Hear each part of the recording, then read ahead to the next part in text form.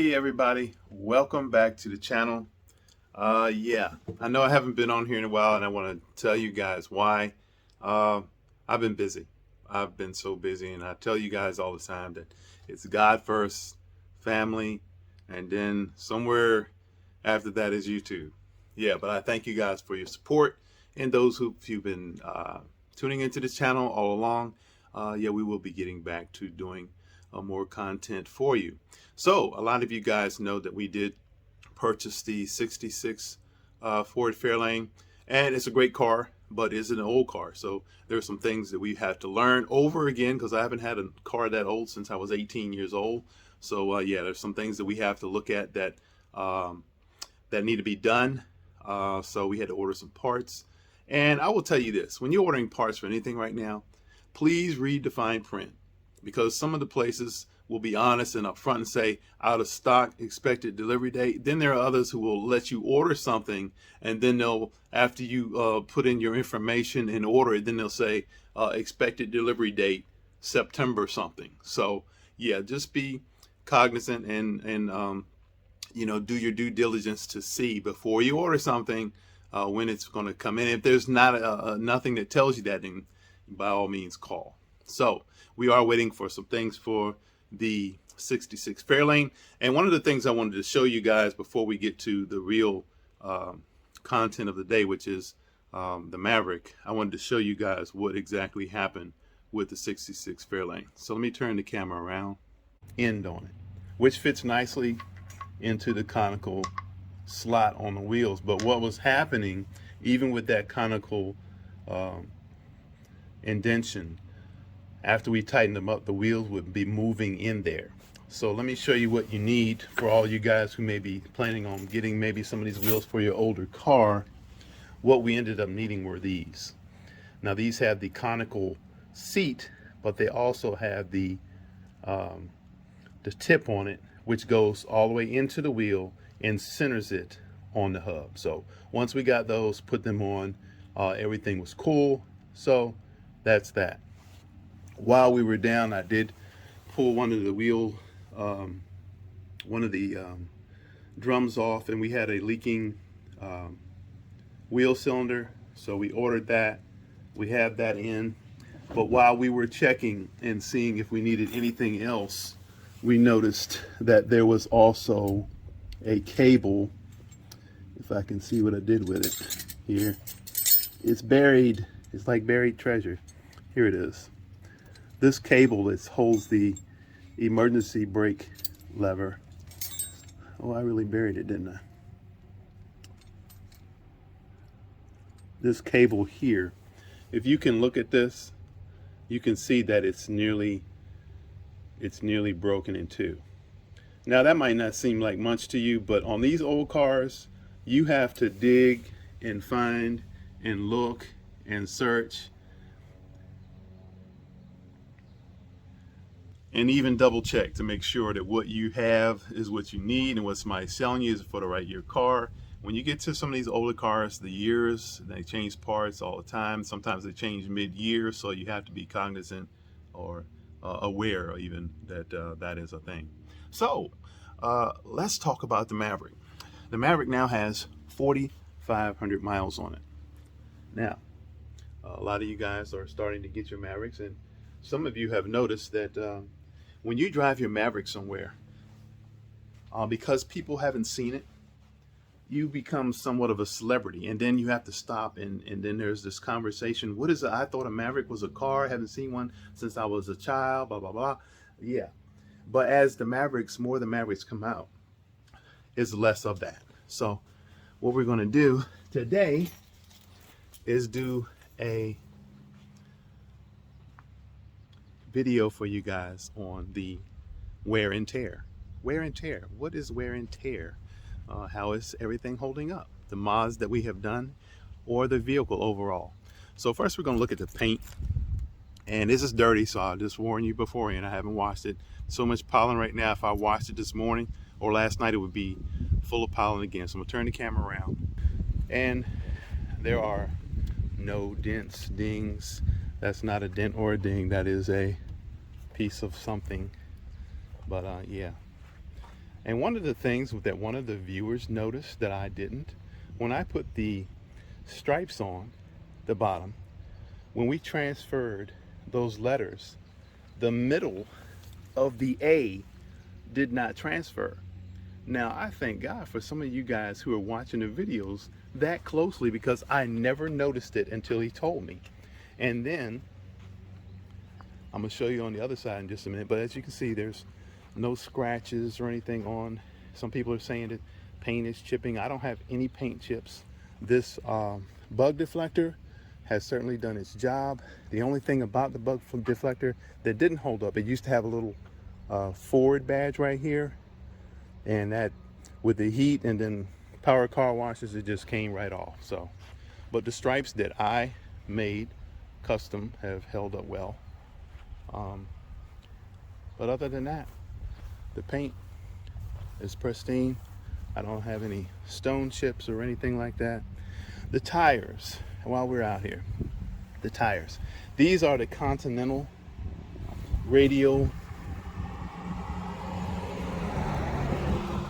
Pro contacts. Now, if you look at this tread, this car has 4,500 miles on it. That tread is not that deep, but even when it was brand new, it didn't seem like it was that deep. And that was one of my concerns. Did we make it out in the snow with those tires? Yes, we did, but I would say that it would probably be better if you had a tire with a better or more aggressive tread. But know this, when you go to those aggressive tread patterns, a lot of times what will happen is that your ride comfort and the noise will go up. Now these, I can tell you, in the rain and on the highway, they are perfectly quiet, smooth riding. So that part of it, yeah, these tires probably work out for me. We'll see how long they last. Now as we move to the back of the vehicle, now it's a lot of pollen on here, so it may be hard for you guys to pick this up on the camera, but I was noticing the other day when I was wiping it off, there's a little like something hit it here. It was clean the other day, but maybe it's highlighted better because the pollen is in it. But there was something that put like a deep scratch in there. Not sure what could have done that. But other than that, the tonneau cover has been holding up well. The only time it leaks water is when I fail to tighten it all the way down when I take it off. And I do take it off to haul stuff.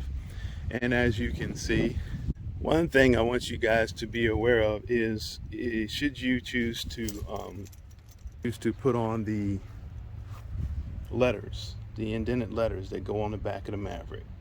And if you can look at mine, they're all still stuck down, just like we stuck them down. And I think at the time I paid $30 for those. But I will tell you this, those of you all who are going to attempt to do that, one, watch the video and know as soon as you lay those things down, they're stuck. They're stuck, and you're not going to pull them off unless you mess them up. Then you'll be buying a whole nother kit. So just take your time, put them down, and as you can see, they've been through the heat. It's been 85 degrees out, which the metal on here is probably 130. And then we've had snow and ice. We've even had cold temperatures as low as 31 degrees a couple weeks ago. So there you are, the Maverick. So now let's move inside. Okay, here we are in the back seats. There's my Sunday school book sitting in there. And as you can see, I do have people in and out all the time, my mom and my daughter. And the seats have held up very well. There's no stains or anything. I do tell people, hey, this is my car, respect it, and they do. Cup holders work great.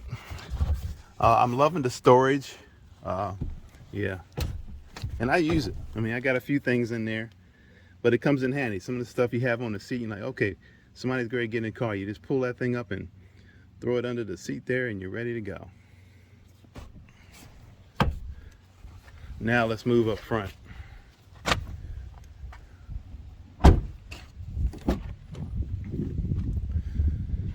Now, these are the Cover King neoprene seat covers. They have held up very well. The only gripe that I have is probably due to my big butt and not to the product, is that this wrinkle, when I slide in, I make a wrinkle. But because my wife sits on the other side and there is no wrinkle, then I have to not say that it's the seat covers, it's my big booty. So that's where we are with that. The WeatherTech mats are holding up, doing what they do. I haven't cleaned it out in a while. Sorry for that, guys, but I've been busy. So, what else on the inside? Some of the things that have gotten the most commentary, and one of the most things, is the Connect, the USB port, and I'm going to show you the wire that I'm using.